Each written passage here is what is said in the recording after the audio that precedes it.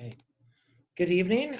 We're going to go ahead and return here to open session at 6:01 on August 24th. Thank you for joining us. If you're watching us live instead of watching Scott Baio or Kid Rock over on other channels.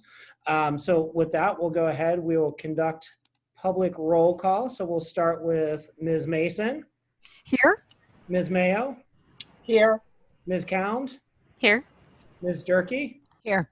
and I'm also here. So all 5 board members. And so, sorry, I got slightly moved off. And then we're going to go ahead and move to the Pledge of Allegiance. So if everyone would please join me in the pledge.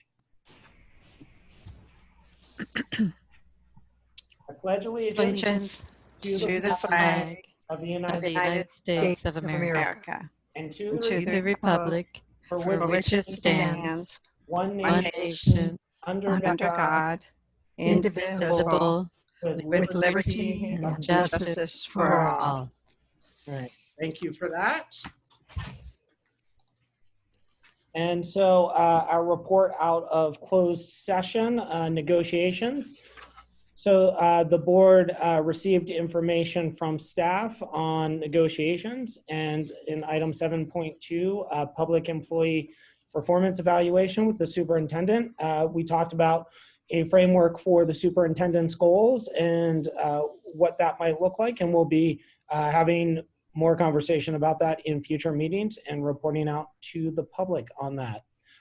So with that, we're going to move to public comment. So the public may address the board regarding any item within the jurisdiction of the Board of Education of MDUSD that is not on this agenda. These presentations are limited to 3 minutes each, or a total of 30 minutes for all speakers, or 3-minute limit may be shortened.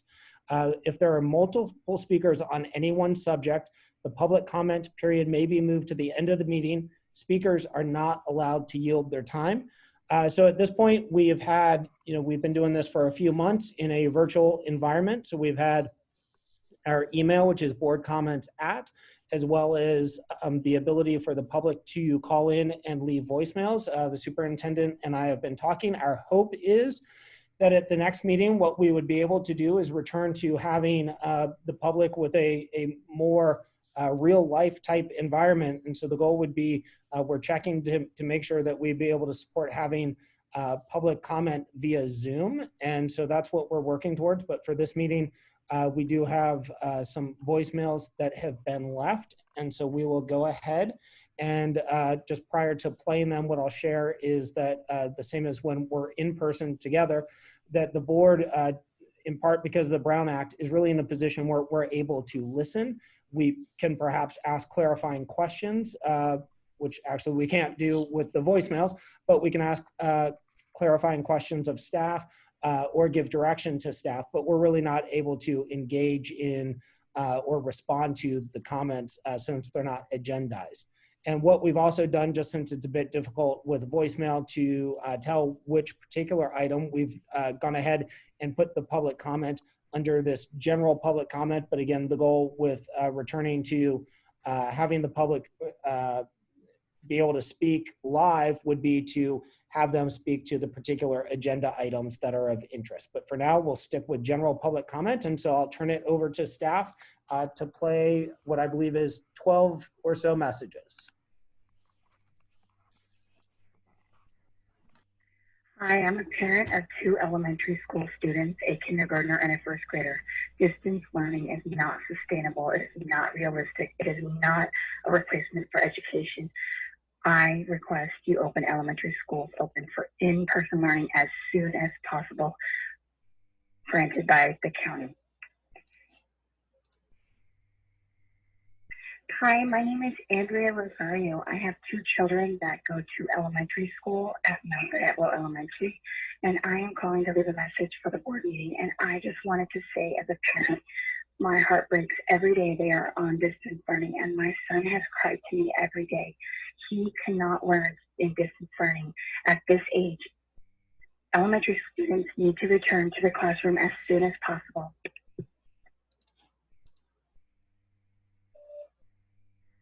Hello, I have two children that go to Monty Garden. Both have an IEP, and I am urging you to reopen the schools as soon as possible. My younger child does 30 minutes of interactive Zoom a day, and that is it. Not one of their IEP goals are being met, along with no social interaction or anything that comes along with being actually in person at school. I urge you to really consider what is happening and get these children back in school as soon as possible. Thank you.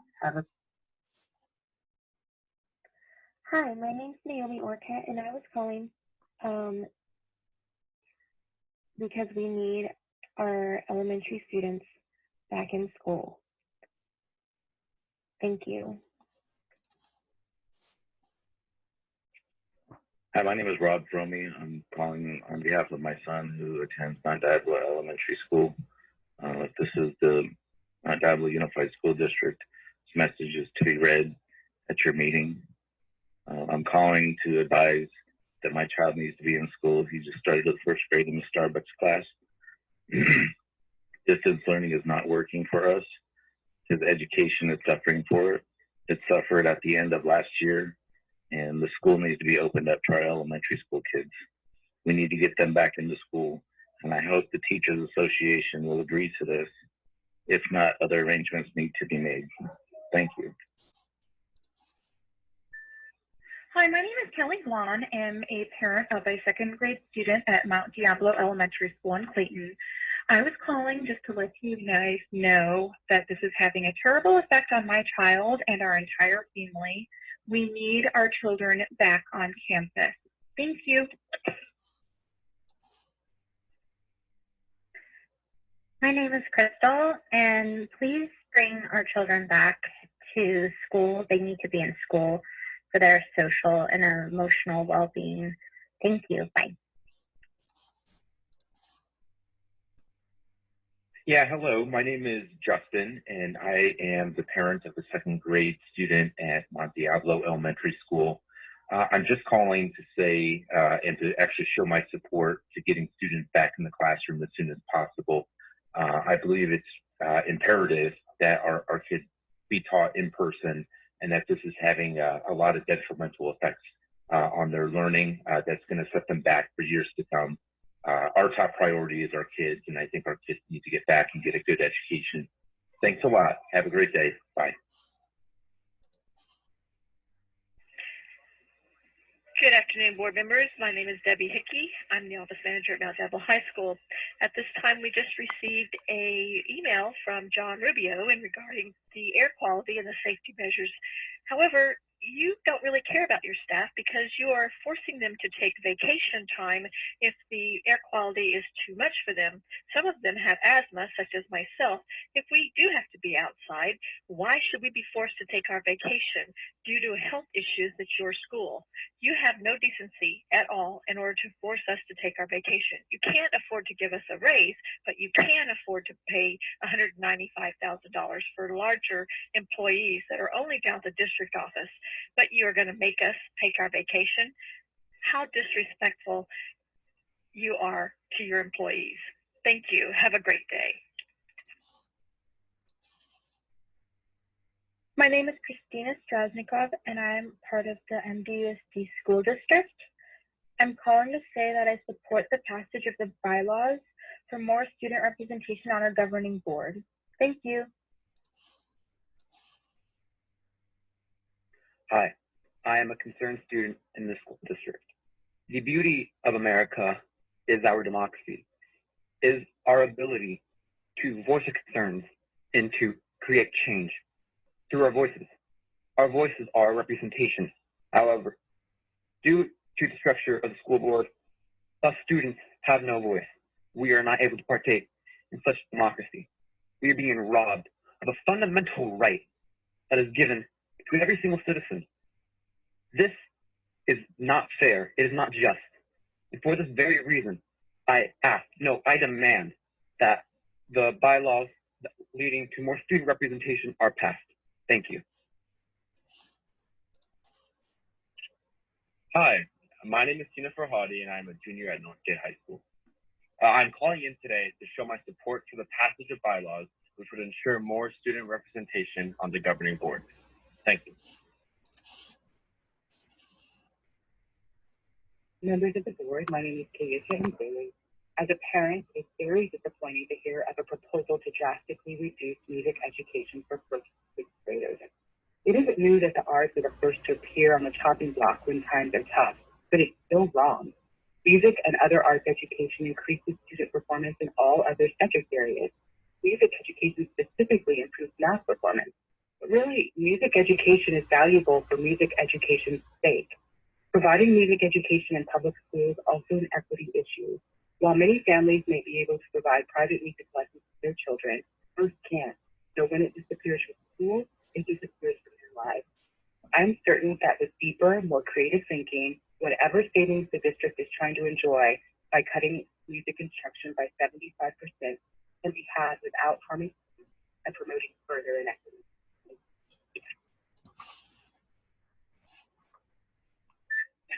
Hi, good afternoon. My name is Karen Arce, and I wanted to leave a public comment for the district board meeting this evening. I was calling because I've noticed that now that you've been having your meetings through Zoom, there hasn't been any translation in Spanish, and that concerns me because many of the community members only speak Spanish, and the fact that there's no translation into Spanish, there's a lot of community members that don't understand what's going on with our school system. So I'm wondering if you can please go back to also having the meetings translated. I would really appreciate it as a Concord community resident. It would really mean a lot to me. Thank you. Bye-bye. And that concludes our public comment for today.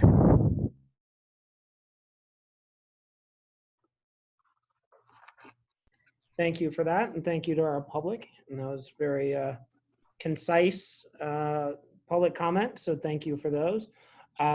Next is district organizations. At regular board meetings, a single spokesperson of each recognized district organization may make a brief presentation. Items are limited to those which are informational. At the last few meetings when we've had those, we've attached them as letters to the agenda, and I've gone ahead and read those out. I do not see any attached today, so we will move along to recognitions and resolutions. So item 10.1, review and potential approval of board resolution 2021-6 for personnel with variable term waivers. And yes, and this is let me introduce Dr. John Rubio from Human Resources, and he is going to take on this item. Dr. Rubio. Good evening, everyone. The variable term waivers provide us, the applicants, the ability to have additional time to complete certain requirements for the credential that authorizes their service. It's made when we don't have a properly credentialed person for the position yet. All requests for a variable term waiver must be presented for approval of the governing board. So we're bringing this with you tonight to ask for your approval for one employee for a variable term waiver. any board questions? I would make a motion that we approve the board resolution 20/21-6 for personnel with variable term waivers. I'll second. Motion, Ms. Mason, second, Ms. Durkee. Ms. Durkee, how do you vote? Yes. Ms. Mason? Yes. Ms. Mayo? Ms. Mayo, you're on mute. Ms. Mayo, you're still on mute. I know that. The agenda was covering up the screen. So I vote yes. Okay. Ms. Count? Yes. I also vote yes. Item passes 5-0. We move along to item 10.2, which is review and potential approval of board resolution 2021-7 for personnel with provisional internship permits. And Dr. Clark, can I presume that Dr. Rubio would speak to this one as well? You are correct. All right, thank you. Dr. Rubio. Thank you. While the California Commission on Teacher Credentialing is no longer issuing emergency permits, the Commission has replaced that with the Provisional Internship Permit, or PIP, which allows our applicants additional time to meet the subject matter competence requirements. And this evening, we're asking the board to consider approval for 2 of our applicants to have that provisional internship permit to allow them to complete their assignments for the upcoming year. Okay, any questions? Prior to Ms. Mason making a motion, I can tell she wants to. I make a motion that we approve Board Resolution 20/21-7 for personal and provisional internship permits. I'll second. Thank you, Ms. Mason. Second by Ms. Durkee. Ms. Durkee, how do you vote? Yes. Ms. Mason? Yes. Ms. Count? Yes. Ms. Mayo? Yes. I also vote yes. That passes 5-0. We move along to 10.3, review and potential approval of Board Resolution 2021-8 to authorize local assignment options. Dr. Clark. I'm going to turn this one over to Dr. Rubio as well. Go. Thank you. Education Code 44258.2 authorizes the governing board to assign an employee holding a single subject or standard secondary credential with their consent to teach any subject in a departmentalized class in grades 5 through 8. So we're asking this evening for that permission for one of our employees at Pine Hollow Middle School. Okay. Any discussion or questions? All right. I'm looking for a motion. Mr. President, I move that the board approve the board resolution 20/21-8, which would authorize local assignment options. I'll second that. Okay, motion Ms. Mayo, second by Ms. Mason. Ms. Mason, how do you vote? Yes. Ms. Mayo? Yes. Ms. Count? Yes. Ms. Durkee? Yes. I also vote yes. Item passes 5-0. We move along, 10.4. Review and potential approval of Board Resolution 2021-9 to authorize local assignment options. Sorry, yep, did I read that correct? Yep, all right. So seemed very similar to the last one, so just wanted to make sure. All right, Yes. Dr. Rubio. Similar to the last one, this Education Code 44256B authorizes the board to assign an employee holding a multiple subject or standard elementary credential with their consent to teach any subject in a departmental class below grade 9, where the teacher has completed at least 12 semester units or 6 upper division units. And so we're bringing this to you this evening to ask for your approval for 2 of our employees to be able to do that. Okay, and do we have a motion? I'll make a motion to approve Board Resolution 20/21-9 to authorize local assignment options. Second. Thank you, Ms. Mason, for the motion. Ms. Mayo for the second. Ms. Mayo, how do you vote? Yes. Ms. Mason? Yes. Ms. Count? Yes. Ms. Durkee? Yes. Okay, I vote yes, 5-0. And we move along to 10.5, which is review and potential approval of Resolution 20/21-12 in recognition of Attendance Awareness Month, which is particularly interesting this year. So Dr. Clark. Yep, so I'm going to take this item because as you well know, and as I'm sure this board knows, that chronic absenteeism is so important for us to battle when we want our students to show up to school each and every day, to provide consistency and to provide those educational experiences that really will stick with them for a lifetime. We know in this environment, it's a different set of circumstances when we refer to chronic absenteeism. However, I think it's still important that we bring this resolution forward. So as you well know, September is Attendance Awareness Month, and we have a resolution here that we would like to present to the board that is showing our commitment as a district to improving student attendance. I won't go ahead and read the entire resolution, but we are. I'll just read one of the sentences. Is that whereas building strong, trusting relationships that promote belonging is fundamental to improving student achievement and participation. Whereas students are more likely to engage in and attend school if they feel safe, both emotionally and physically, feel connected and supported, and are encouraged to believe they can learn and achieve. So with that, I am asking the board to consider Resolution 20-2112. All right, thank you, Dr. Clark. Ms. Mayo? Mr. President, I would move that the board approve Resolution 20/21-12 in recognition of Attendance Awareness Month. And I would second that, but I do have a comment.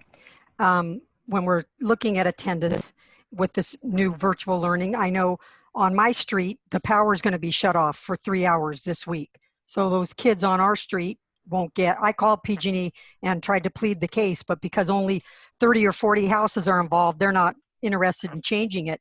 But as the lady and I talked, she said, this is kind of the new world we're in, and they have to start looking at how they do business. But I'm wondering how, as an attendance, how do we do that? Is that an excused attendance? Does it not count as long as the child checks in the morning? Because I think this is going to be something we're going to see a lot of in the next few months.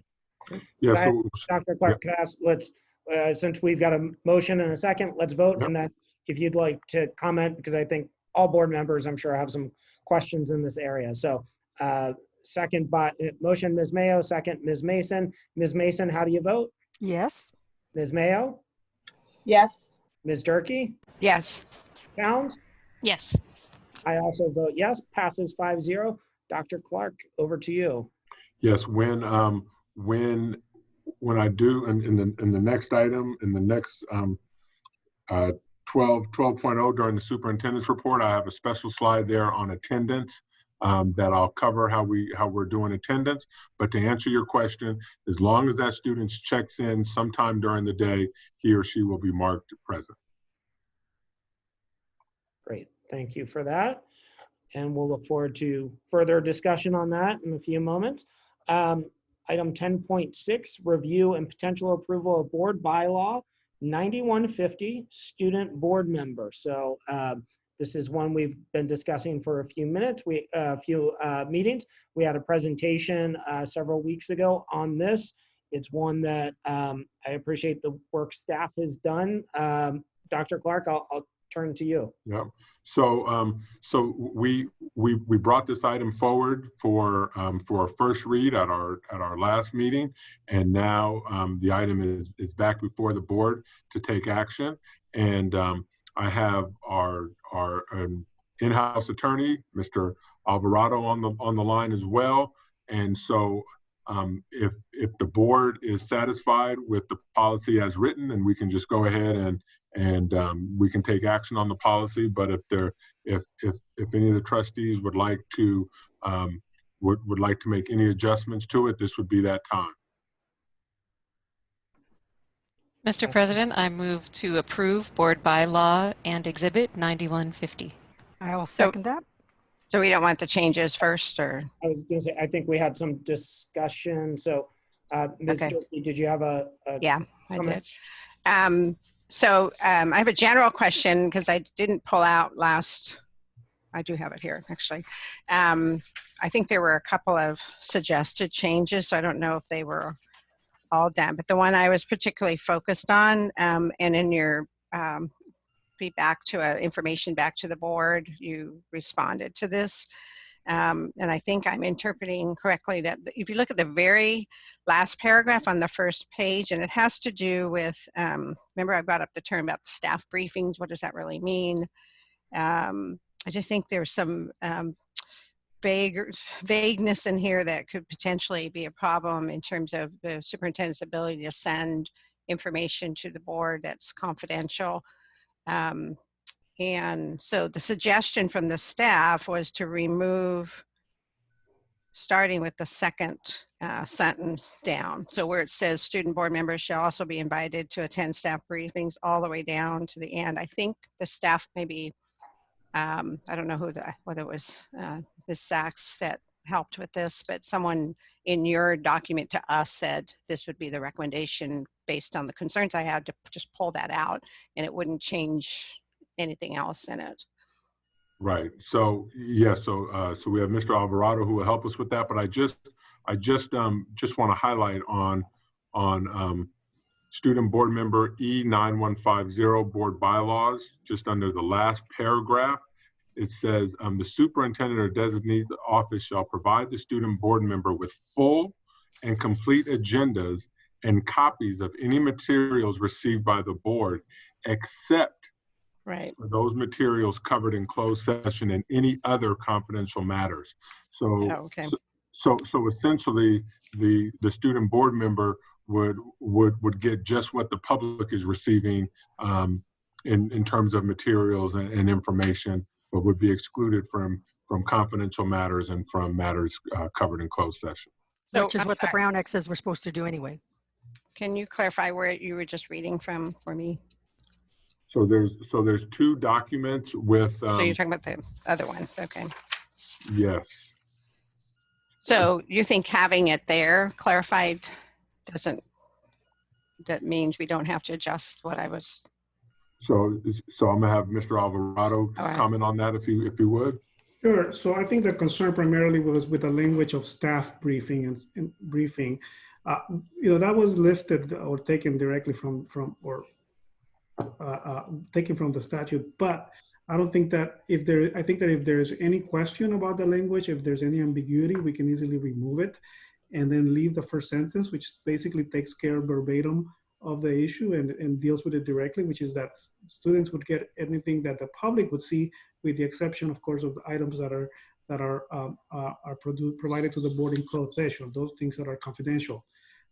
As far as staff briefings and so forth, if there's ambiguity as to what the meaning of that is, we can remove those two sentences, and I think it leaves the meaning of the bylaw within the spirit of what the law and the statute requires. Yeah, and let me just clarify. I think the distinction is in the AR. It says closed and covered in closed session and any other confidential materials. That's really was my issue. I mean, I'm not going to grapple over the staff briefings. I just thought it was kind of vague. And so, but that was my main concern. And so, if so another option is to add that little phrase to what's stated on the actual board bylaw. Or just like you said, take that whole section out. Either way is fine with me, but I just think I want that additional clarification of any other confidential materials. Okay. Ms. Mayo, did you have a comment? I think that how do you want to handle this, President Lawrence? Is it going to be a friendly amendment? Is Mrs. Durkee going to make an amendment and then we vote on the amendment and then the main motion? My question would be, the motion did not include the E9150, which normally boards do not vote on. I believe they don't vote on the E's and the ARs, though we always can do that. But board members always vote on the board policies versus staff can amend the other documents at any time without having board approval necessarily. So I just want some clarification on that, because if we were not to address Ms. Durkee's question, then the E might change and it would have a ramification. I believe in my motion I did include the exhibit. However, I would like to amend my motion, if I may, to add the words "and any other confidential materials" to the bottom of page 1 of board bylaw. All materials presented to board members except those related to closed session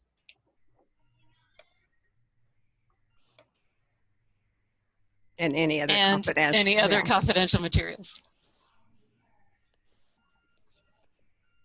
Yeah, that would work. I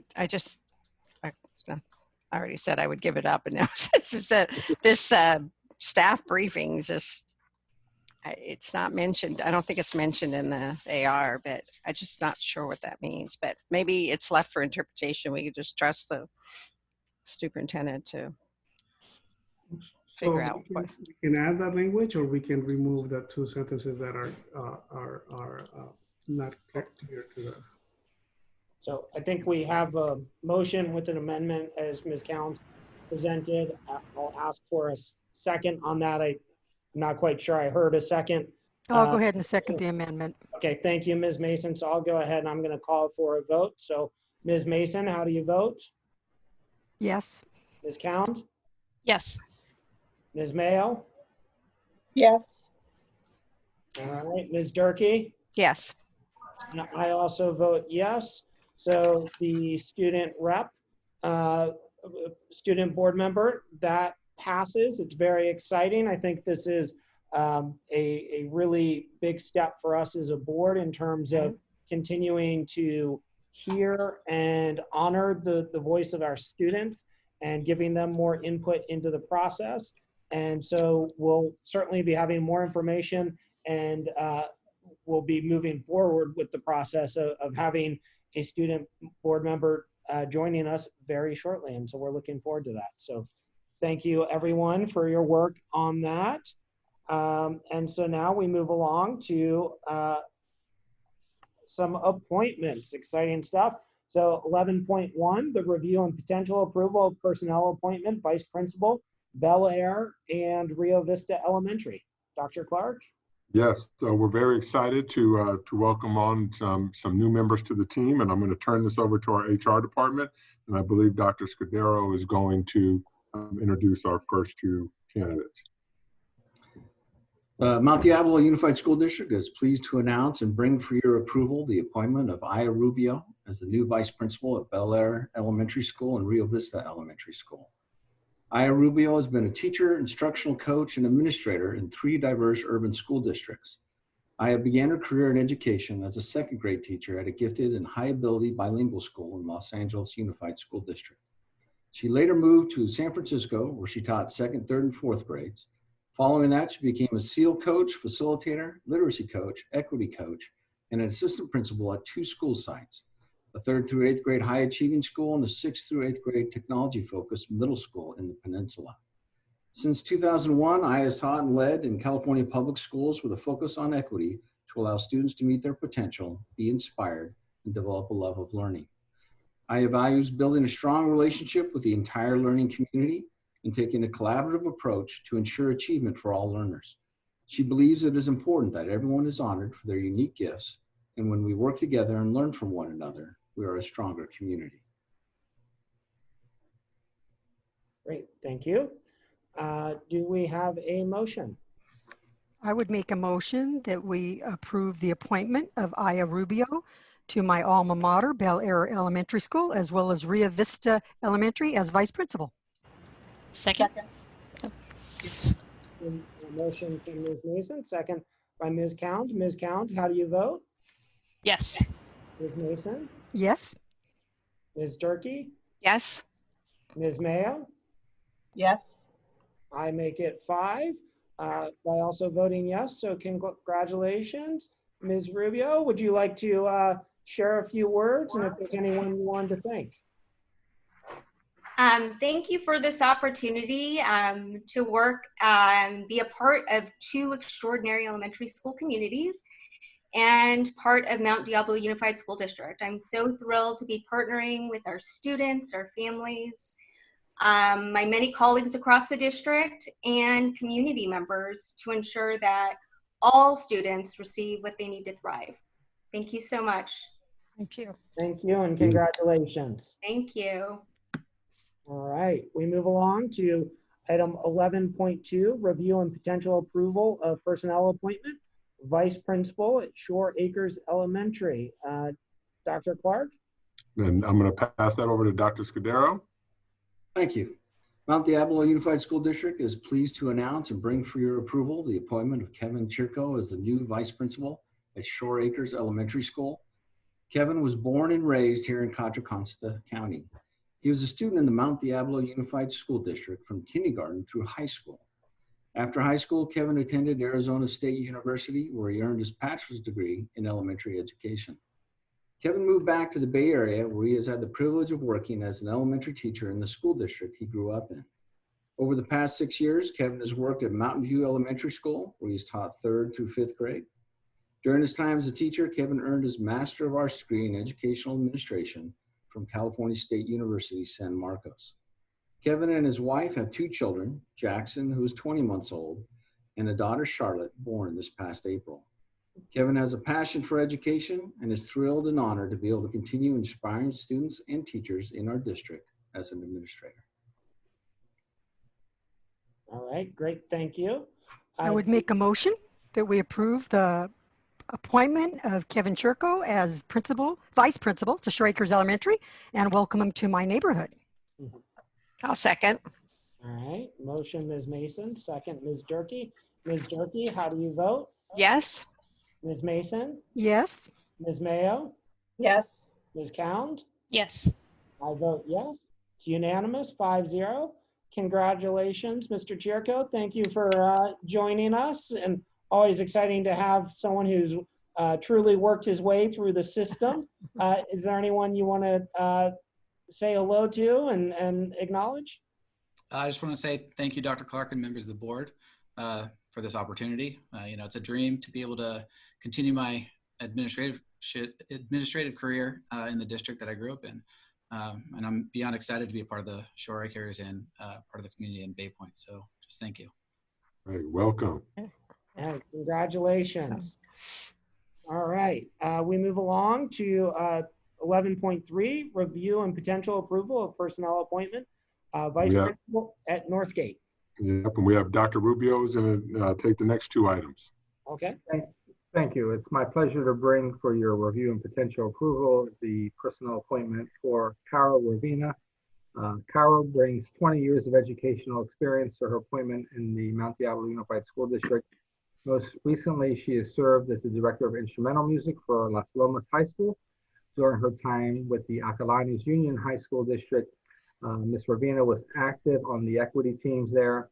She served as department chair and led professional development.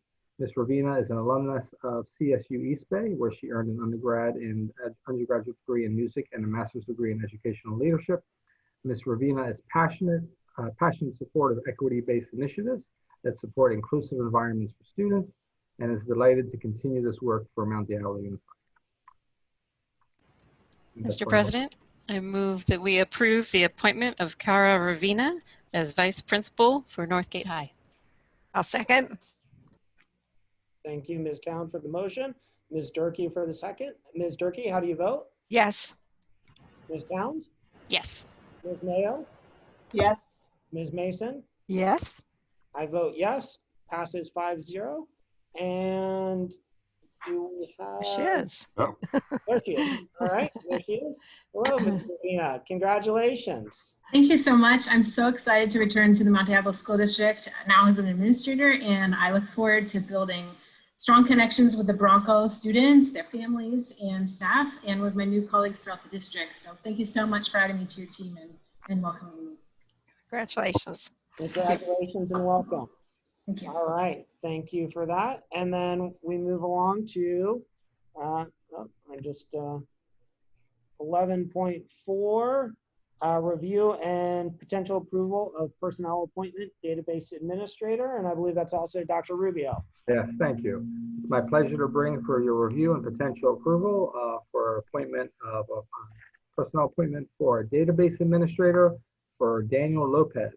Mr. Lopez was born and raised in the San Francisco Bay Area. He has attended several local colleges and UC Berkeley. Daniel has over 15 years of technology and information systems experience, with 12 of those years at Brentwood Union School District. And prior to that time, Mr. Lopez worked in Silicon Valley in a number of different roles. Daniel Lopez has enjoyed living in East Contra Costa for over 30 years, where he and his wife raised their family.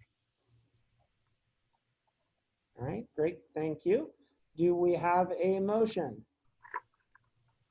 Mr. President, I would move that we approve the appointment of Daniel Lopez as database administrator for the Technology and Information Services Department. Second. Okay, motion Ms. Mayo, second Ms. Count. Ms. Count, how do you vote? Yes. Ms. Mayo, Yes. Ms. Mason, Yes. Ms. Durkee? Yes. I vote yes, it passes 5-0. Do we have Daniel with us? I don't believe so. All right, I was looking forward to, but we have Robert, maybe a director of technology. Was he saying anything on, or is he just? I think he's just trying, I think he's Just just going back. watching. Okay, I didn't know if we are gonna have a conversation about SQL statements and ODBC drivers, but we'll hold out for that for another night. So, yeah. With that, we move along to item 12.1, the superintendent's report. Dr. Clark. Great. So I'm going to give a report on the start of school and sort of the preparations leading up to that. And I want to thank the tech department for their support on putting together this, on helping me display the PowerPoint tonight. So when I need to advance a slide, I'll ask to please advance the slide. Can you please advance the slide? So there were lots of preparations for the, getting ready for the first days of school. Here you just see a few pictures of a school supply drive. You see a young student picking up his Chromebook. Another interesting thing in the bottom left-hand corner, these are cards from a teacher to her students that obviously she mailed out or sent out to her students. And then we have another student who's collecting supplies, all in preparing for that first day. Next slide, please. Here, this is just an example of just the wide range of the Mount Diablo team that really came together to help our students.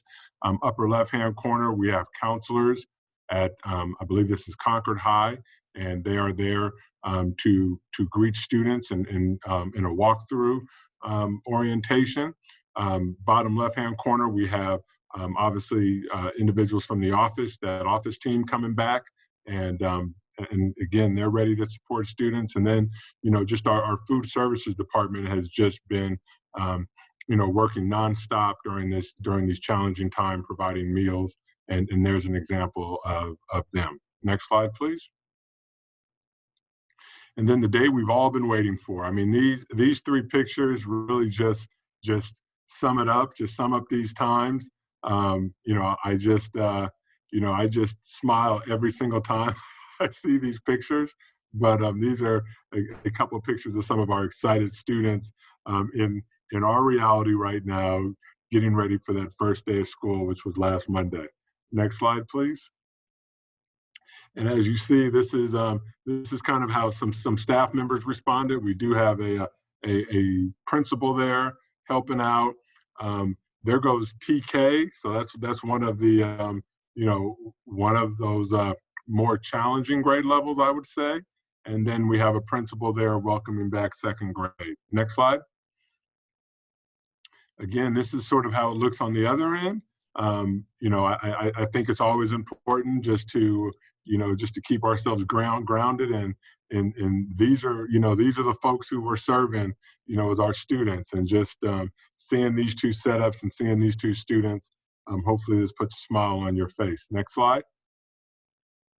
And now you can see some of our staff. And so, as I've been going through some of these pictures, there's quite elaborate setups that have been taking place. And so you can see the picture on the left. You have a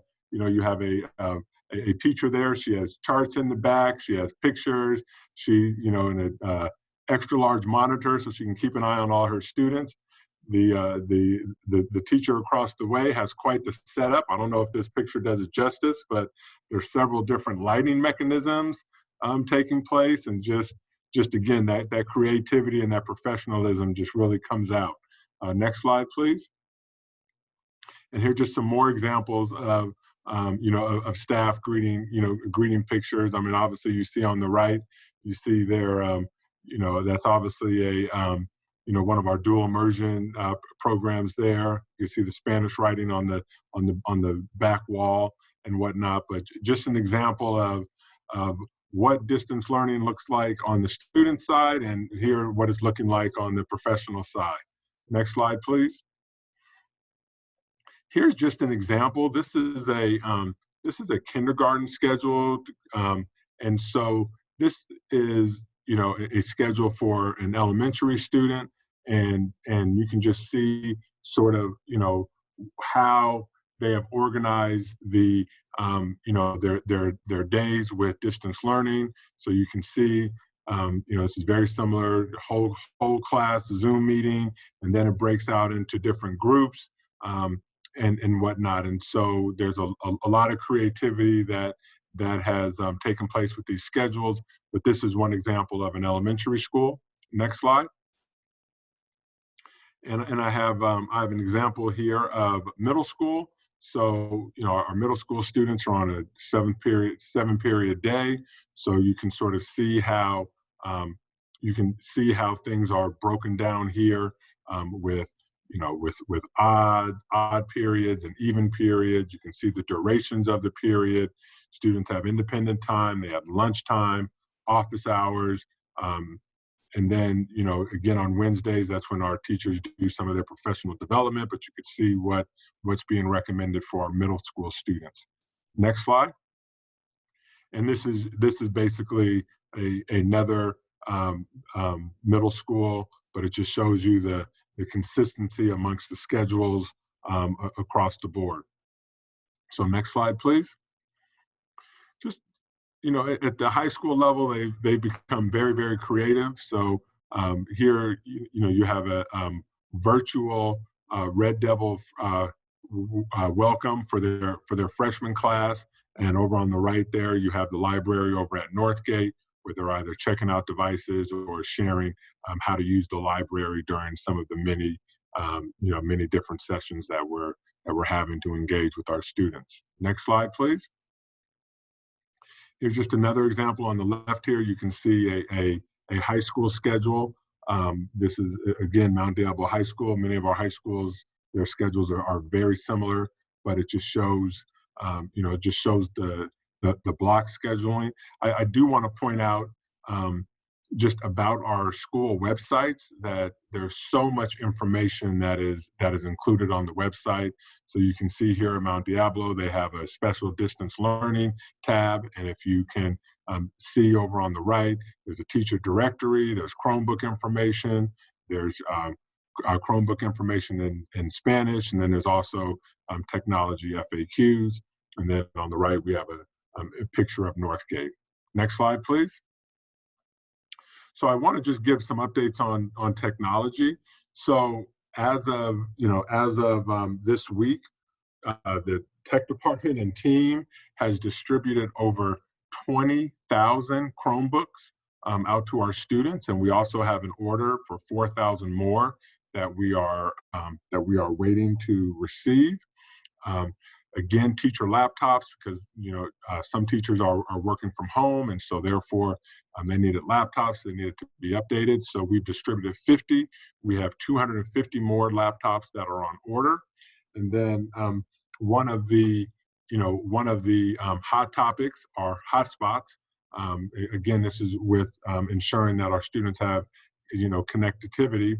And we started off by distributing hotspots to our most vulnerable students. So those would be our foster youth, our homeless, our newcomers, special ed students, non-English speakers. And so at a time when I did this PowerPoint, we were at 650 hotspots distributed, but I actually this afternoon got a notice that we've actually distributed 720 hotspots, and we have 1,000 more on order that should be coming any day.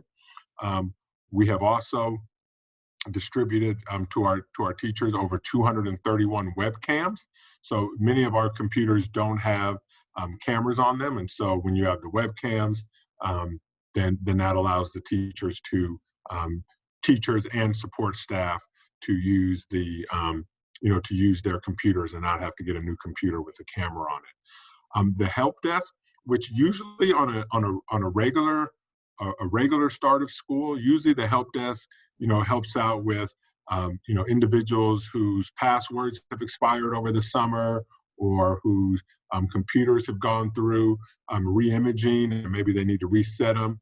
But this year, when you throw into the situation 1,700 teachers who are doing distance learning, approximately 30,000 students, other parents who are involved in supporting their students, and support staff at the school sites, the help desk is averaging about 260 daily calls for assistance. These range anywhere from I forgot my password to this platform is not working, and everything in between. And also in the technology department, they've been short-staffed. They have several openings, but I just, I want to give a hats off to this team. They really have, been working throughout the summer, because in order to get 20,000 Chromebooks ready for distribution, they had to visit every single school site. They had to remove Chromebooks from carts. They had to do the re-imaging. They've had to load software on them. Just a tremendous amount of work that took place even before school started, and then distributing the devices and then supporting everyone who needs it. So I know, during, of course, when you're dealing with 260 calls, there's going to be some frustration. I totally understand that, but I just really want to, give a high five to all those individuals in the technology department, and those who supported those in the technology department. I want to give them a big high five, because office staff, support staff at the school sites, they all have had to, roll up their sleeves and kind of dive in to this way to support, support our teachers, support our students, and support our parents and families with doing distance learning. So that's a technology update. Next slide, please. So before even the year started, our Ed Services team put together numerous trainings. So of course these spreadsheets are sort of too small to read from this PowerPoint, but we did have a week-long administrative training when our administrators returned from vacation. We've had several different options for teachers. So there's been teacher training that's in the middle and to the right. And again, I know that this is new territory. It's very difficult to cover everything, and there are some things that we were not able to get to right away, but we do have time on Wednesdays. We do have time, during the coming weeks to to continue to provide support. But a tremendous amount of work went into setting up these, these sort of not preschool, but the pre-start of school training. So anyway, thank you to the Ed Services team and for the administrators and teachers who participated. Next slide, please. And then just again, Ed Services, provided, they provided the direction for our teaching ELD through distance learning. The slide in the middle really is our assessment calendar, and a lot of the roadmaps in terms of timelines for different assessments that need to take place, and different, curriculum that needs to be taught. And then again, over on the right is just that constant focus on that social emotional learning, of our students, and what it is that we're trying to build here. And we have to really go through all those steps in order to get our students to where they need to be. Next slide. Student services. So of course there's challenges with enrollment, and what I mean by that is that there are some families that that have left the area for one reason or another. Maybe it was employment, or maybe they had to go live with relatives, or things of that nature. We have some people who have chosen to go to private schools. We have some people who are choosing to do homeschools, and we have some people who are transferring within our own organization here. So there's always enrollment challenges as we're trying to track and document all of those changes and find out where students are, balancing classrooms, making sure that that our teachers are within their negotiated class sizes, things to that nature. You know, one thing that we have to do every year is address verification. Well, again, just thinking outside the box, we're requiring documents, and we're actually checking those through email rather than having people come in. You know, we've had some tight spaces in our high schools. You know, since June, there were over 40 unassigned high school students who were unable to enroll in their selected schools. So we had to find them places, and some of it was moving people around. But, you know, the student services team really has worked hard in trying to honor transfers, work through the wait list for some of our choice schools, and to get students into the schools, you know, where they need to be. And so that, you know, that has been a constant over in the student services department. And there's been high numbers of students enrolling, students disenrolling, and some re-enrolling. And so it's just a constant movement over there when it comes to our enrollment and tracking that and trying to place everybody. So just a good heads, you know, high five to our student services department. Next slide, please. We talked earlier about attendance, and so again, you know, this distance learning is new for all of us. Our teachers are very capable of taking face-to-face attendance as they do every day in their classrooms during in-person instruction. Our office managers and attendance clerks, they know the codes. I mean, they have it down packed. Now we've basically just thrown everything out of whack, and we're implementing a new system. And when I say we, I mean all of schools in California. And so basically, students are going to be reported using one code, and it's going to be the highest level of participation. So let me explain what that means. So if a student is present, so that means in the morning Zoom call, or in the first thing in the morning when the class all gets together, students are present. They're getting that P. I need to put my glasses on here. They're getting that P for present. And then we have other students who are receiving services, whether that's through speech therapy or counseling, things of that nature.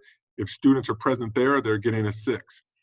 If a student completes a test or submits an assignment online, that still counts as being present, so they're gonna receive a 4 there.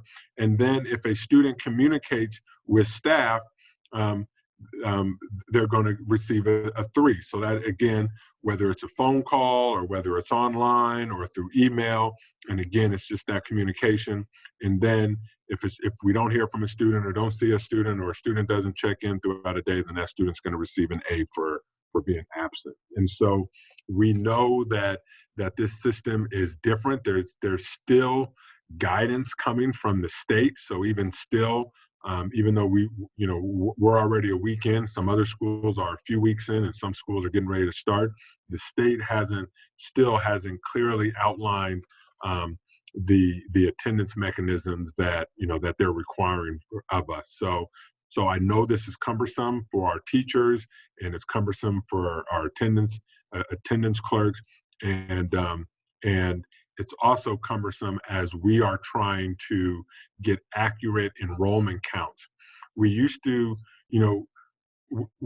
track our enrollment, so that's everyone who's enrolled in the school. You would get one number there, and then once school started, we would do what is called a warm body count, where literally you're counting the heads of the kids in your class, and you're submitting that information to the district, and then that helps us with balancing classrooms, dropping kids who have not shown, and creating space for students who are on wait lists to get into particular schools.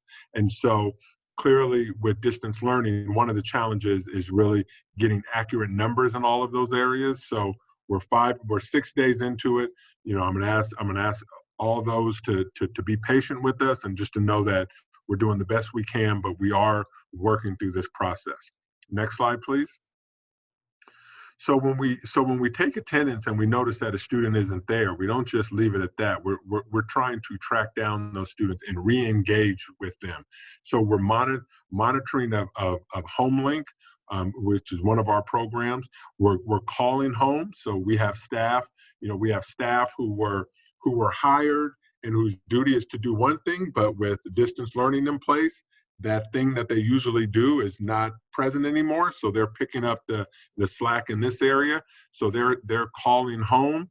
And then if we're still unable to reach through the phone calls, then we're sending letters through email and through the U.S. mail. So we really are trying to get a sense of which students are with us, which students don't have internet, because these are those individuals who are giving us the information of saying, this family doesn't have internet, so we need to get them on the list to receive a hotspot, and we're working on that. So again, this is a valuable service that these employees are providing, and really re-engaging those students that haven't shown up or who are not participating in distance learning.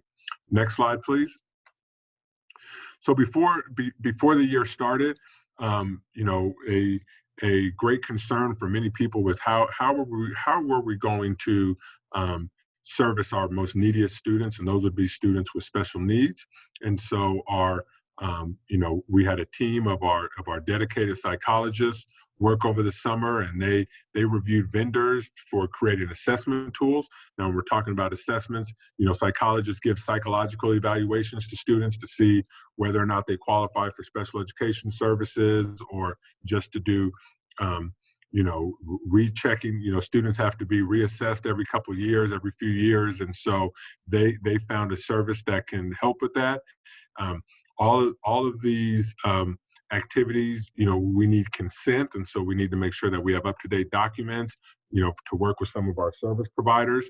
And then also they developed a series of processes and protocols around those assessments. So again, when you're giving psychological assessments to students, usually, it's done one-on-one, face-to-face.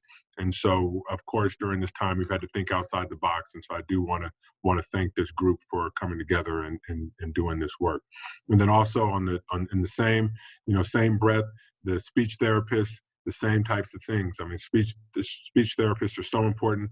They work with kids on their speech. Usually it happens in a face-to-face environment. However, we've had to, revert to, telepractices and things of that nature. And our speech therapists have helped in that way. Next slide, please. And then what we have here would be, this is our distance learning plan. And this is what we're using for for many of our students who have special needs.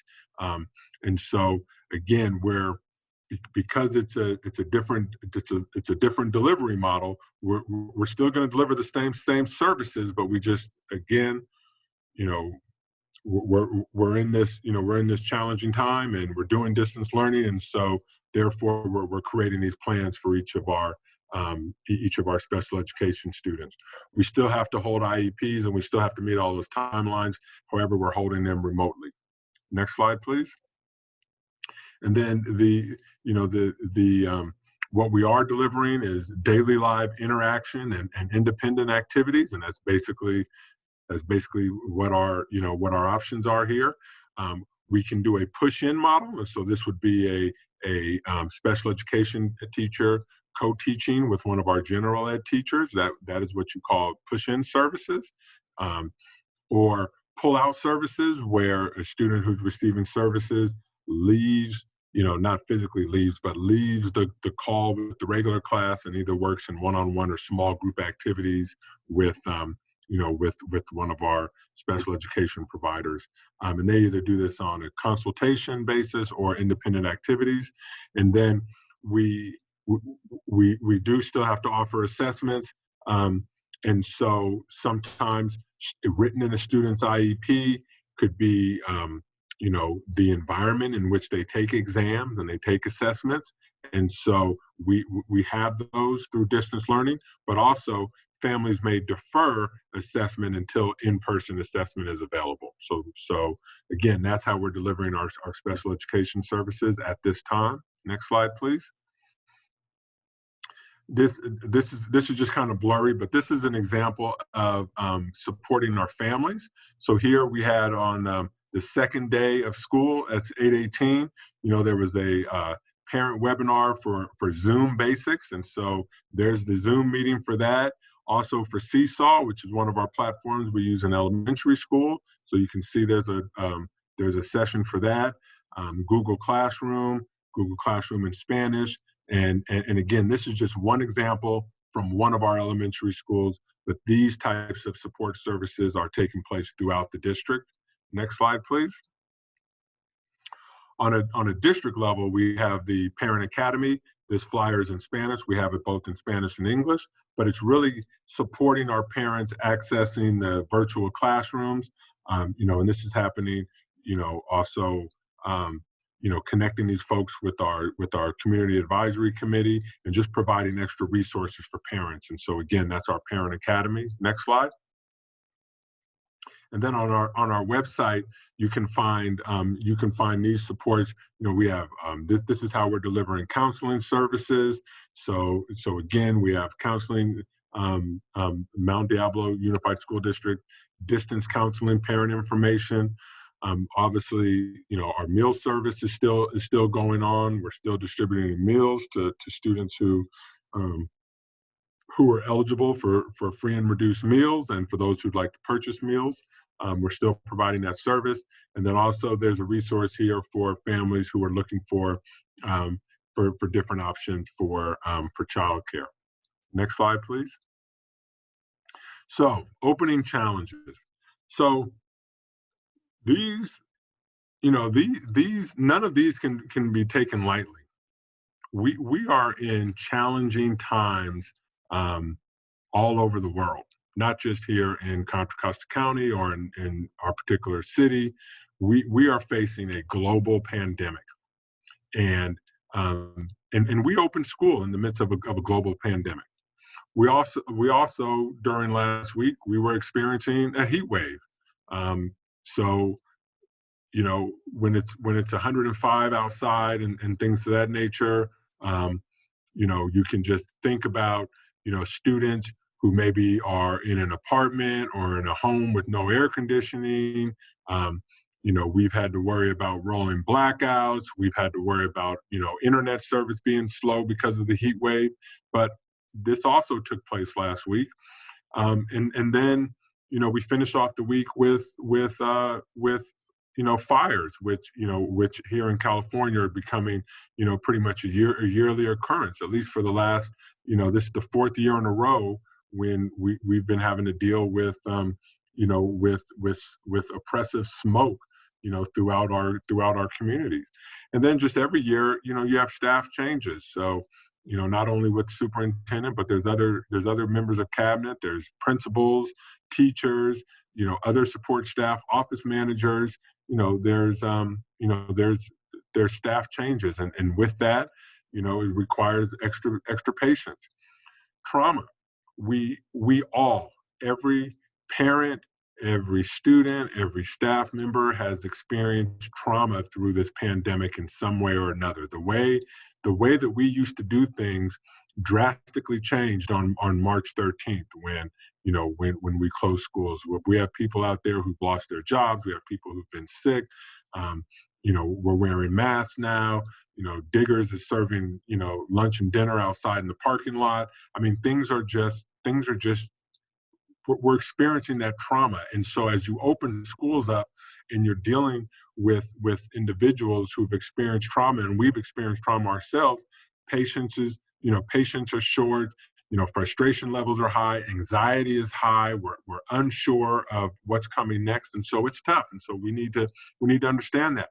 And then our Contra Costa County health data, a month ago, a little more than a month ago, we were in a place where we thought we could bring back groups of students, where we could, open up our schools, but our data is not telling us that. And so, amongst all these challenges, we still opened school. And I know that, that everything wasn't smooth, but we did open, and these were some of the challenges. Next slide. So specific challenges to MDUSD. So distance learning, it's a challenge. We wish if we had our way, students would physically be in class. There is no doubt about it. I don't think there's anyone who does not feel that way. My heart aches for those kindergarten parents, those 12th, the senior parents, 7th grade parents. I mean, all the way down the board. I would rather have kids in school, but for the reasons that were on the previous slide, they're not. And so we're doing distance learning. We're doing the best we can with it. And so many people are putting in extra time and are really working hard to make this work. But we get it. It's tough. And we would rather have kids in class. Technology challenges, devices, giving out and accounting for and updating all of the devices, ensuring that students can connect, that even the devices that we do give, that they actually work and they can hook up to the internet. All of those have been challenges. Our platforms have been a challenge. The district can only support certain platforms, and we know that there's lots of apps, there's lots of neat tools that teachers can use. However, a lot of companies, they start these on you can download it for free.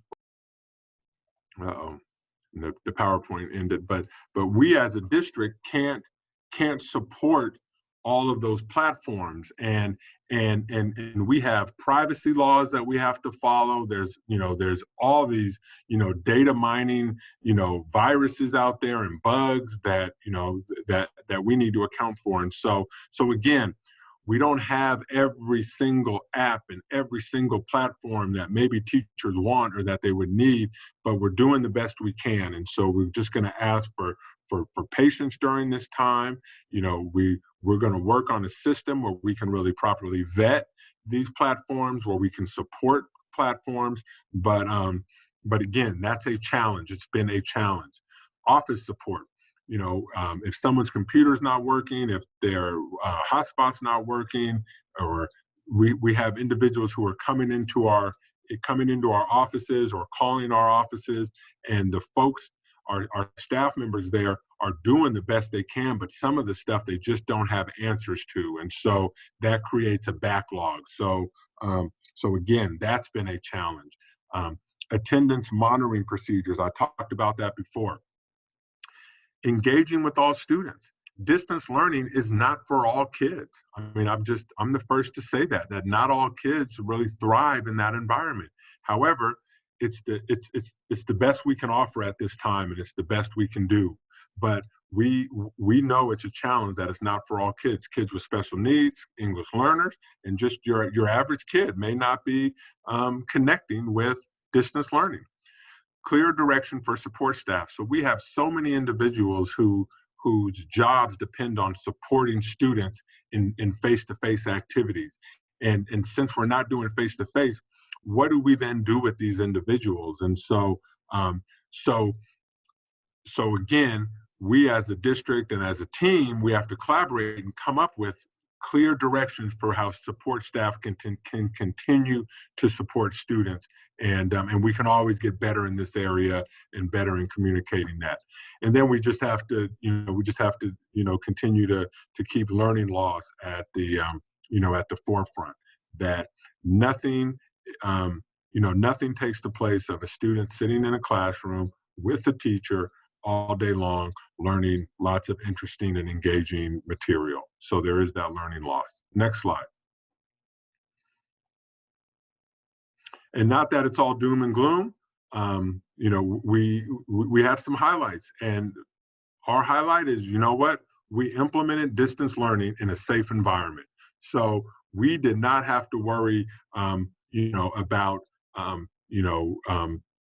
individuals, getting exposed to things and putting students and staff and parents in danger, right? We've been using social distancing, we've been wearing face coverings, but we did start school in the safest possible environment.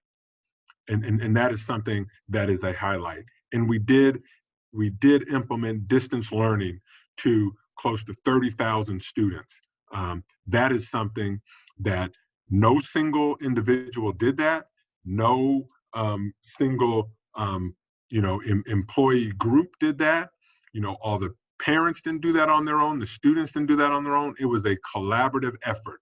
And so families, students, and staff all collaborated in one way or another in making the best out of a challenging situation.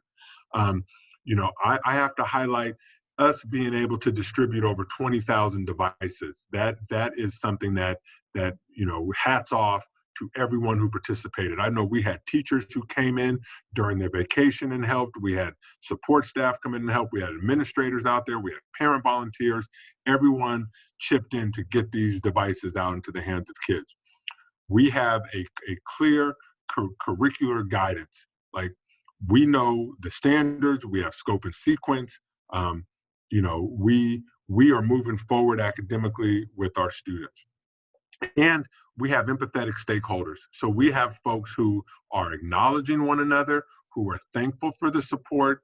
We have folks who are showing empathy for those who are experiencing trauma in this situation, which is almost everyone. So there are so many individuals in this district who are supporting one another and who are helping each other. And so that is a highlight. And then just our frontline district personnel, those individuals who never left for the summer, right? Worked all summer long preparing for August 17th, which was the first day of school. And there's so many of those individuals throughout the district, whether it's maintenance and grounds, whether it's, our office managers, secretaries, individuals in the HR department, business department, CNI department. I mean, they're everywhere. They're throughout the district. And I cannot thank them enough for their work in really preparing us for school. And with that, if we'll go to the next slide, that concludes my presentation, and I will now open it up to questions or comments from the board. And I know that was a little lengthy, but a lot went on during that last week, and there was a lot of people who I wanted to recognize and give thanks to for being able to pull things together. So thank you. Of course. Take a drink of water. You earned it.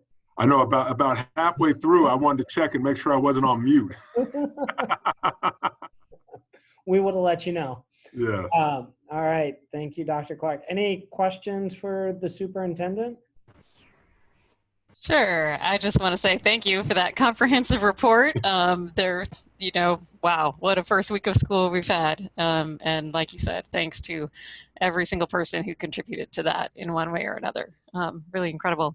I just had a few short questions. One is, you talked about the technology department being short-staffed and that there's several openings. How can people help get the word out about those openings, help get them filled? Yep. So we have two openings. We have two unfilled positions. They were retirements or whatnot. But I know that typically we use EdJoin, but a lot of technology people don't necessarily check EdJoin. So I know that Dr. Gonzalez has been reaching out on other platforms and have been trying to recruit in that way. However, if someone is watching this meeting, then go to EdJoin and put in an application, please. Awesome. And then the other just short question was, you talked about attendance and how the teachers are learning the new system. I'm thinking about this from a parent perspective. In the past, if there was, sometimes things get inputted wrong, right? And you go, wait, my kid was there or whatever. When it's in person, there's a different system for parents. So now if a parent is looking at HomeLink and they see that something is wrong with the attendance, is there a procedure that the parent goes through to correct anything that may have been entered there? Yeah, so the parent should email the teacher, and then the teacher can work with the office manager or the attendance clerk to be able to rectify if there was a mishap or an oversight or a mistake that took place. So email the teacher.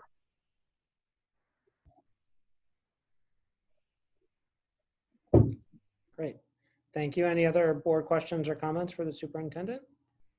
All right, we'll move ahead to board reports. And Ms. Count, how about if we start with you? All right, sure. Thank you.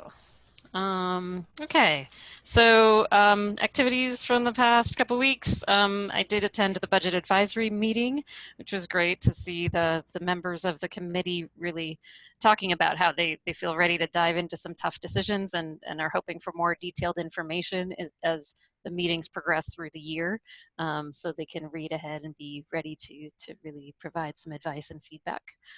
So that was great to see. I had the opportunity to go out to Monument Crisis Center, which has been an incredible partner, as you all know, for our district and our students. They've been providing not only food, but essential toiletries to hundreds of local families.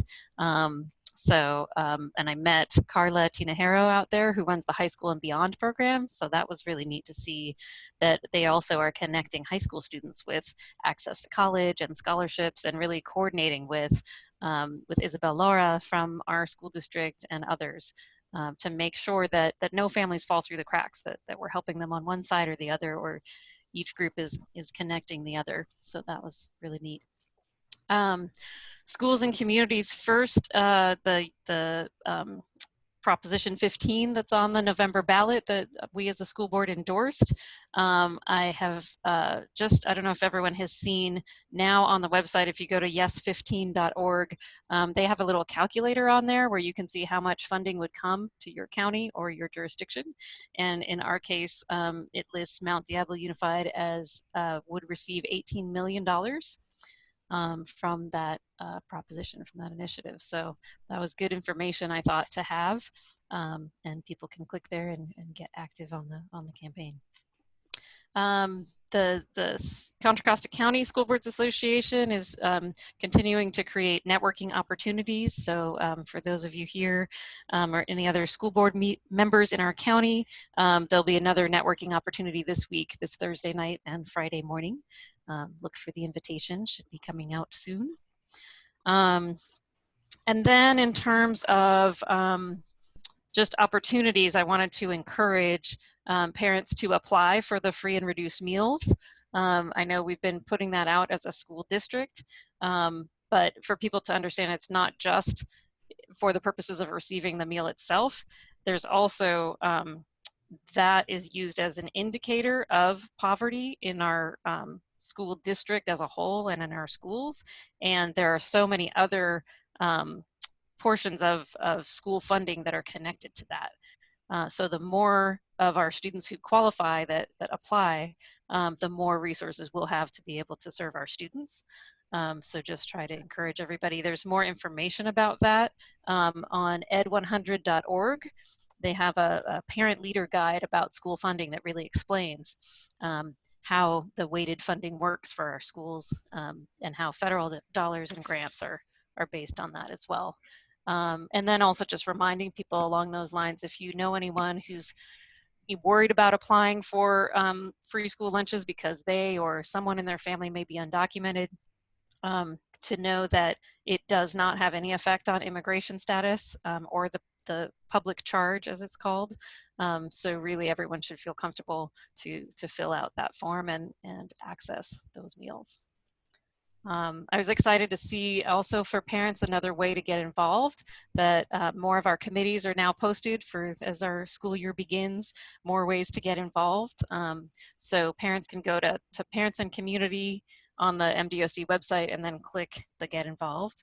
And it's got all the different advisory committees. And the next ones coming up are the Community Advisory Committee has their next meeting September 1st at 8 p.m.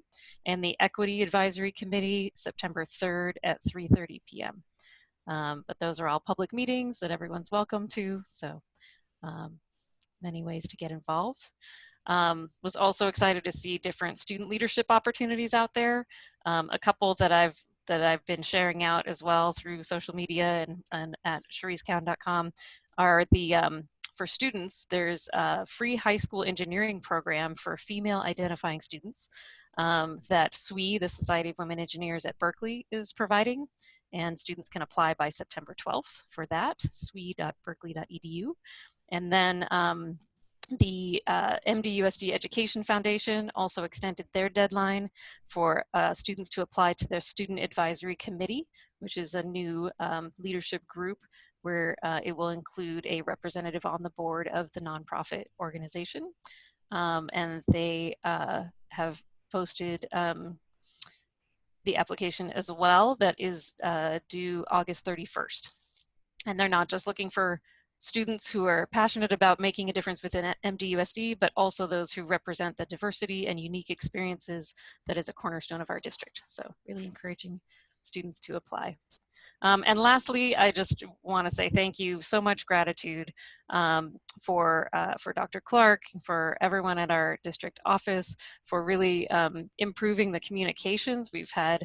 I really enjoy seeing the organizational update, the parent academy trainings, the last Friday letter that it included hotlines and resources for disasters, stress relief, emotional well-being, just the way that we as a district are in touch with the challenges and the stress that people have out there, and how we're trying to connect people to each other and to resources that they can access. And likewise, a big thank you to Isabel Laura and the MDUSD Parents for Multicultural Education, who really promoted that school supply donation drive that's still going on. And thanks to Principal Clausen out at El Dorado for hosting space for all the supplies to be organized for students throughout the district. So, you know, I think, as Dr. Clark, as you said, when we all come together, that's how we're going to get through this. So thank you. Great, thank you, Ms. Count. Ms. Mayo?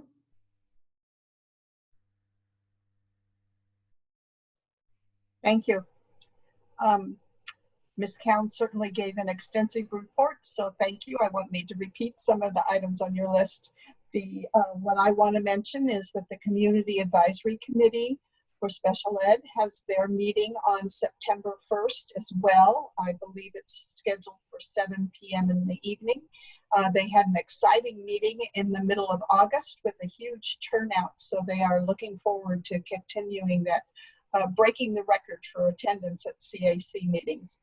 I want to encourage families and individuals throughout our community to complete the census report. The census taking will finish earlier than expected. It's supposed to wrap up on September 30th. For Mount Diablo School District and many agencies throughout Contra Costa County, the census provides critical information in regards to certain aspects of funding and support for our agencies. So we need folks to enroll, and you can do it without revealing whether, regardless of your immigration status. And there are individuals who can help you enroll, or you can do it online. And there may still be some resources and flyers available at the Contra Costa County Office of Education to distribute at schools. So please get the word out, because that's critical for all of us.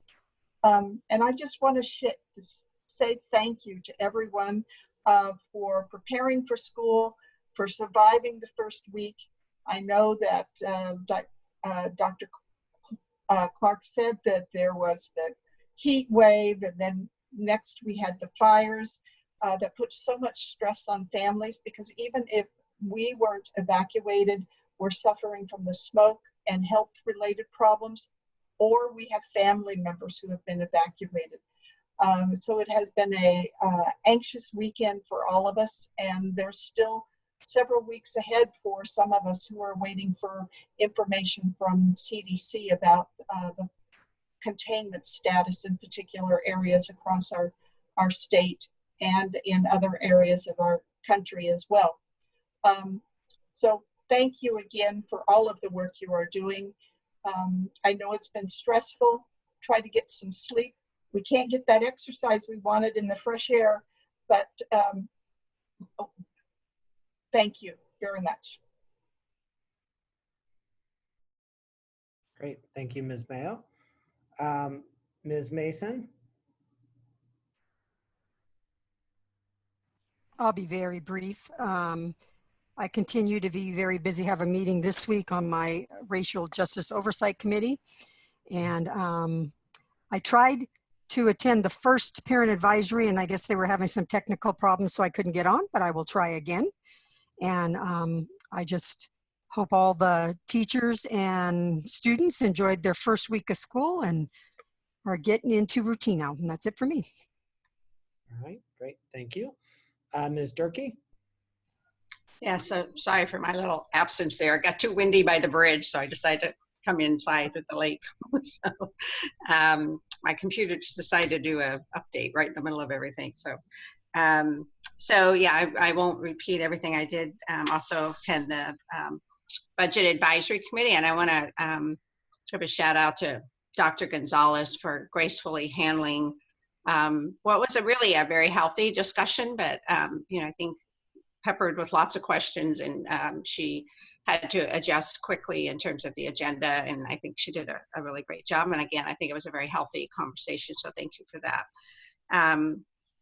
The summer internship celebration happened on the 20th, so this is end of the, was this talked about already? Teresa, you didn't talk, I just heard you didn't talk about it. So Ms. Cowan was on this Zoom for this event as well. It's always very exciting, and these are opportunities for students from across, high school students from across our district. Of course, very different this year because of having to do it virtually. But everyone stepped up. We had 54 students across the district, a great majority of them from Mount Diablo High School and Ignacia Valley High School. The students get the opportunity to create portfolios, and for some students that was a really new experience, and they got a lot out of it in terms of now having that in their hands. Many of the students that were sharing at the meeting have graduated and excitingly moving on to their next leg of their journey. The students could take a course at DVC and actually got college credit for that. Some of the partners that were there and really had to step up in a very creative way to figure out how to provide an internship and mentoring virtually was the Contra Costa Workforce Development Board, the Monument Crisis Center, and of course Mount Diablo Unified. And I'll just say, add to that, I think the best quote I heard was from one of the student speakers said, he learned that a closed mouth does not get fed. I've never heard that before, but I think it's really great. So I have to remember that one. So I was also going to mention the school supplies collection, just for folks who haven't seen the notice. They can be mailed or dropped off at El Dorado Middle School, which is 1750 West Street, Concord, 94521. And thanks to Isabel Laura for coordinating all of that. I want to, just add on to great appreciation to everybody, students, parents, all of our staff, our leadership, Dr. Clark, for just making it happen.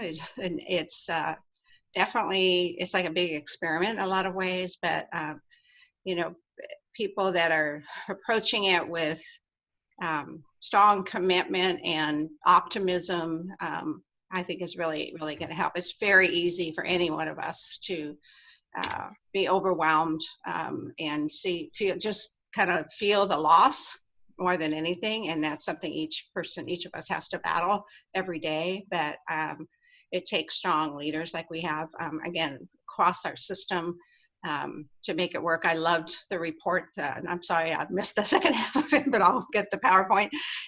But seeing those really, I've seen it, kind of had people share a couple others with me. It's like this really creative things that classroom teachers are doing. It's like that's the silver lining of these new ways of being that are going to come out of this really challenging experience. So I can't say thank you enough to everybody. And I just want to just add one more thing. I think, we're all immersed in the national election situation and, kind of pummeled with that information. But I also remind people that, there are important local elections as well. And of course, vote, everybody vote, but also, to do what you can. And I realize there's a lot more stress on people these days, but to be informed. More and more to me, it's the importance of doing one's own research and really understanding the role that people are asking us to elect them into is important to do. So there are good resources out there. But anyway, I just wanted to add that level. There's a number of elections coming up that are education related. And so that's important to all of us. So, and I'll end with that. Thank you. All right. Thank you, Ms. Durkee. So I'll echo my fellow board members in thanking Dr. Clark, staff, and everyone who helped us have a successful first week of school, in the middle of a global pandemic, to pile on, Zoom issues, heat wave, fires, smoke, just the obstacles were pretty staggering. By no means was it perfect. I think we all know that, but overwhelmingly, the feedback I've gotten is very positive, and I appreciate, parents and students being resilient and adaptable and recognizing that we have these challenges and working with us as we get through them. I do want to address that we've heard the board, I think there's some misinformation out there regarding elementary music. So I want to clarify that our board has not taken any steps to cut back on elementary music. I'm confident in saying our board has been a strong supporter of elementary music, including, I have a elementary music student myself, and she gets a lot of enjoyment and excitement out of it. And so that's something we remain committed to. And there are adjustments being made, and we're figuring out schedule. And that was actually something we built into our memorandums of understanding, was to have checkpoints, because we knew we weren't going to nail everything at the first pass at it. And so there will be adjustments. This one in particular with Medea, our teachers union, we're certainly happy to work with them about how we can provide more elementary music time for our students. I think that would be a great outcome. And so we'll continue to talk and work with them and work on that. The other part I wanted to touch upon was just, I think we've heard from parents who've said, they really want, especially elementary students, back in school. And, I think every board member, Dr. Clark, staff, all of us would really welcome that too. I mean, that is our goal. But we balance that with the data and the safety of our students and of our staff. And, as much as I'd like to have our students back in now, if you take a look at, and I recognize it is tough on all families, it's especially tough on families where both parents, or if they only have one parent in the home where they're working, it impacts the siblings, just the dynamics. It is very, very challenging. But I also recognize that if you look at other parts of the country where they've gone back and then had to pull out of in-person learning, that's even more disruptive. And so I think the most disruptive thing we could do is say, oh, we're going back. Oh, no, we're not. And so, we're going to continue to monitor the data and, figure out which students in particular are most in need of in-person instruction and aim to get them back as quickly as we can. But knowing that we're in this for the long haul, and frankly, the national and state policies have a big impact on this. And, I think when we took action in March, none of us expected that we would still be in this type of situation. But when you look at the kind of haphazard response we've had from our federal government, and in some instances on the state level, that cases are spiking and it is not safe to send our students. And so the things we know we need in order to get our students back where we want them: adequate testing, comprehensive testing, and sound data, as well as a standard policy on masks, which is still, shocking to me, but is still a controversial thing. This idea of, hey, we need everyone to wear a mask. And so those are the type of things that we're going to need in order to bring our students back. And so I think, I'm hopeful that we're going to be able to do that in small increments, but it's going to be a process, and we have to be guided by data and do what's in the best interest of the health and safety of our students and of our staff. And so we're looking forward to that. That's all that I have from an update standpoint. So with that, we're going to go ahead and move along here to our next item. And so we move along to our consent agenda. So Items listed under consent agenda are considered routine and will be approved, adopted by a single motion. There will be no separate discussion of these items. However, any item may be removed from the consent agenda upon the request of any member of the board and acted upon separately. So, board members, do we have items that we would like to have removed?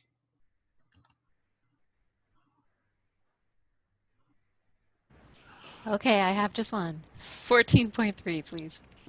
Okay, 14.3, which is the review and potential approval of 2021 pending computer technology purchase REC. So I've got 14.3. Are there any other agenda items that the board would like to consider for separate discussion? Okay. I would make a motion that we adopt the consent agenda with the exception of 14.3. Do I have a second? Second. Okay, motion Ms. Mason, second Ms. Mayo. Ms. Mayo, how do you vote? Yes. Ms. Mason? Yes. Ms. Cowan? Yes. Ms. Berkey? Yes. I vote yes, passes 5-0. We move along to what was formerly 14.3, which is the review and potential approval of 2020-21 pending computer technology purchases from August 4th through August 17th. Ms. Cound, was there a question? All right, thank you. I just wanted to say thank you for the additional detail. The estimated device inventory attachment, I think, was a good start. I also think that it is, it really shows us where we need to go in terms of technology in the long term. I can see that it's not fully updated yet, even this list as it is, but it really shows that there's quite a difference school to school, and the system that we've had historically in this district is not one that's really set up to make sure that every student has a device in the way, like the way that textbooks work, for example, where we make sure as a district that every student has their textbooks. And I think that's where we need to get to, is to really work on our long-term district-wide technology plan. And I think that there also used to be a technology advisory committee. So I'm hopeful that that will be a part of the development of the plan. I know a number of parents have offered their skills and expertise to be a part of such planning when it's time. I realize we just hired our director of technology, and he's been very busy getting school launched. So I wanted to just say thank you for this start. And it does show we have a long way to go, and we have, I think, a clear vision of where we need to get to. I guess I didn't have a question. Just okay. A How about a motion? All right. So on that note, I move that we approve the 2021 pending computer technology purchases from August 4th, 2020 through August 17th, 2020. Do we have a second? I'll second. I'm going to go with Ms. Mayo. So Ms. Durkee, how do you vote? Yes. Ms. Mayo? Yes. Ms. Mason? Yes. Ms. Cound? Yes. I vote yes. Item passes 5-0. And so that clears our consent agenda. And so we move along to the regularly scheduled business items. So we're starting with 17.1, review and potential approval of the technology infrastructure for Glenbrook Middle School. And Dr. Clark, is there further info on this, or does the agenda item speak for itself? Dr. Gonzalez, I'm going to defer to you on that. Does the agenda item speak for itself, or is there something you want to say about this? It does speak for itself, although if there are any questions, Melanie or Wendy or I can attempt to respond to those. Okay. Board questions or comments before we move to a motion? All right. Would anyone like to bring forth a motion? Mr. President, I move we approve the technology infrastructure for Glenbrook Glenbrook Middle School campus. I'll second that. Okay, motion Ms. Cowan, second Ms. Mason. Ms. Mason, how do you vote? Yes. Ms. Cowan? Yes. Ms. Durkee? Yes. Ms. Mayo? Yes. I vote yes. Item passes 5-0. We move to 17.2. Review and potential approval of reduction 2021-10 to reduce the number of classified employees based on a reduction of a particular kind of service, also known as a PKS. And Dr. Clark and Dr. Rubio, is there further info on this one? Thank you, everyone. No, not further info, but just we are still catching up to a lot of the plus and minus FTE lists that were done over the last 3 months. And so I think there's a lot of follow-up that we want to make sure is completed correctly so that we're handling everything with our employees in the proper manner. So this is mostly parent-funded positions, again, that were pulled back. Some of these came through the board a few months ago, but we're making sure we're trying to make sure we catch everyone. Okay, great. Any board questions or discussion? Okay, look for a motion.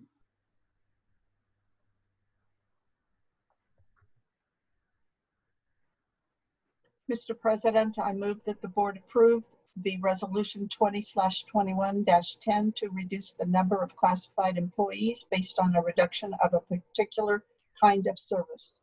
I'll second that. Okay, motion Ms. Mayo, second Ms. Mason. Ms. Mason, how do you vote? Yes. Ms. Mayo? Yes. Ms. Durkee? Yes. Ms. Cowan? Yes. I vote yes. Item passes 5-0. We move to 17.3. Review and potential approval of proposal for wireless access point installation at various campuses. Dr. Clark? I'm going to defer to Dr. Gonzalez. Okay, Dr. Gonzalez. I'm here to answer any questions the board may have. Alrighty. So I see, so we've got 17 school sites, parking lots with wireless, which would help students that they'd be able to go and use them there. Do we have questions, further questions from the board on that? Yes, I would just ask how these particular sites were chosen and what kind of input there was from students or staff at those sites. So I know that Melanie is also joining us. These are all sites that as part of the last E-rate, and Melanie, am I right, this last E-rate was 4 or 5 years ago. These sites were all identified back then. Everything was purchased, but the project was not finished. And so I believe the way that E-rate works is that once something is purchased for a specific site, it can only be used for that site. Because I tried to get creative and was told I couldn't. Melanie, did I leave anything out? No, that is correct. The sites were identified previously, and just the only site that we didn't add one site that we felt needed it. It was a. So you do have to be logged in to your district account. Students all have district accounts. You do have to be logged in to have full access, but the guest portal will also be available. However, it is limited based on our parameters. So, you can't come and be on all the different social medias and that type of thing, but it is available for all. And to ask a follow-up question, so if a student had their own Chromebook or like an iPad, if they had their credentials, they'd be able to come and access the Wi-Fi. Is that correct? Correct. Yes, you're able to log into your with your own credentials on a borrowed Chromebook or your own device. Okay. Thank you. Any other questions? I would make a motion to approve the proposal for wireless access point installation at 17 various campuses. I'll second it. Oh. I never get a second anything, so I'm going to go ahead. I'm seconding it. I vote yes. Ms. Mason, how do you vote? Yes. Ms. Cowan? Yes. Ms. Mayo? Yes. Ms. Durkee? Yes. All right, it passes 5-0. That's my incentive for fast seconding, otherwise I'll do it myself. So next is a informational review of the MOU with the Mount Diablo School Psychologists Association. Do we have questions or any context, Dr. Clark? Yeah, so again, we want to set the parameters of bringing MOUs and bringing these documents to the board for review. We know that we posted the agenda on Wednesday and we responded to any trustee questions, but we have no formal presentation with these four MOUs unless any of the trustees have any follow-up questions. Any questions from the trustees? All right. So I appreciate the transparency here, and we'll continue to bring these forward. This was an info item, and so we move along to 17.5, informational review of the MOU with CSEA, which is our California School Employees Association, Chapter 43. Same context. Any? Same context. All these, all these are valuable partners in delivering the services, to our students and staff throughout the district. We appreciate all of them, and so I don't want to highlight one over the other or whatnot, but these are all our partners, and again, we're just taking them through this process to be transparent for the public and for the board to be able to review at their leisure. Okay. And so with that, we move along to another info item, which is 17.6. You're noticing a theme here, informational review of the MOU with our friends over at Teamsters Local 856. Any questions or comments from the board? All right, I would just say thank you. Oh, actually, we've got one more, so I'll hold my thank you to after that one. So 17.7, which is informational review of the MOU with CST, which is Clerical, Secretarial, and Technical Unit, Local 1. And any questions or comments from the board on this one? So I would just say thank you, Dr. Clark, and thank you to our negotiating teams on both sides. And these MOUs are what have set the parameters for allowing us to return to school. And there's a lot that went in to these, a lot of thought, a lot of time and effort. And as I mentioned earlier in the meeting, some of these will be tweaked, and we appreciate the continued partnership on these. So thank you, everyone. Thank you. All right. And in what is a MDUSD record, I believe I've got nothing else on our agenda other than we didn't report anything out of closed session. There's nothing else to be carried over to closed session. Future agenda items, if board members have particular ones that they would like to submit, they can just submit those to Ms. Mason, myself, and Dr. Clark, and we're happy to work on those. But does anybody have anything else? All right. With that, before 8 o'clock, we're going to go ahead and adjourn here at 7:55. So thank you, everyone, and have a great evening. Stay safe. Thank you.